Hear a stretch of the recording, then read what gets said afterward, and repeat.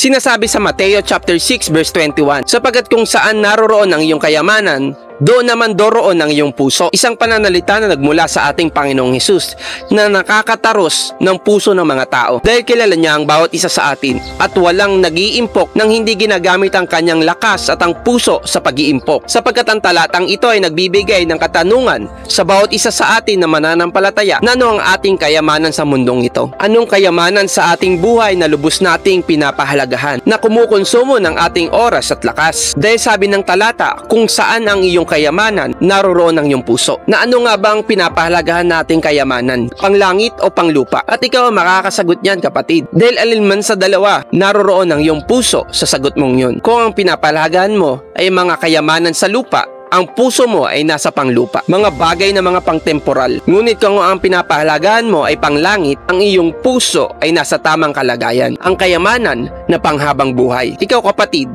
nasaan ang kayamanan mo?